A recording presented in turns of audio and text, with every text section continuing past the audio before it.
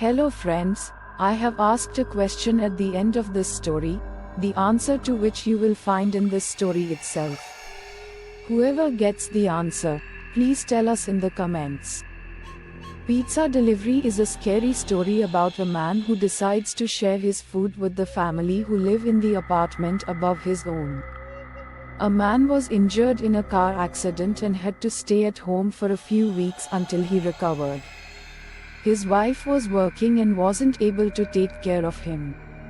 It was too painful for him to go outside. So he had to spend most of his time in the apartment. For first couple of days, it was easy. He had a lot of things to do. But after a few days had passed, he became very bored. One day, he was watching TV when he happened to hear footsteps and children's voices coming from the apartment above him. He wondered why the children were home, because the schools were not on holidays yet. The next day, he heard the same footsteps and children's voices.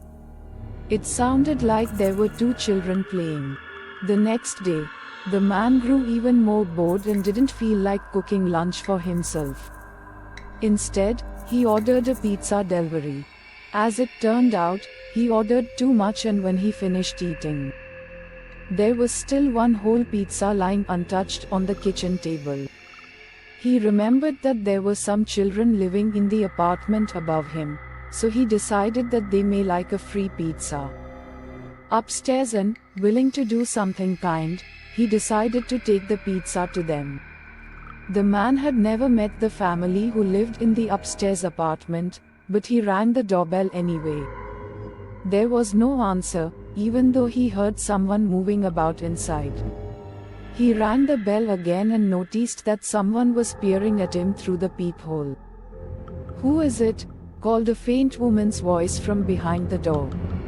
The man explained that he lived in the apartment below and had some leftover pizza left from lunch and wondered if the family wanted it. The door opened slightly and the man could see part of the woman's face through the gap.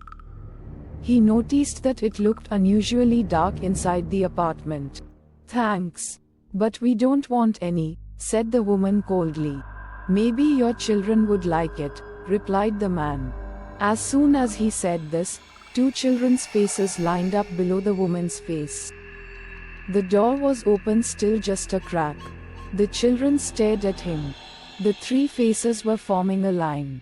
"Okay, give it to me then," said the woman. A hand reached out through the gap and snatched the pizza box. The man just stood there. The three faces were still staring at him. Then the door slammed shut and he walked away. Something was bothering him. He felt a chill run down his spine. The image of the three faces was burned into his mind. He walked faster and reached the elevator. The faces were forming a line. He thought to himself. He pressed the button and waited for the elevator to arrive. Forming a line, vertically, one on top of the other. He pressed the button again and again. But the lift still did not come.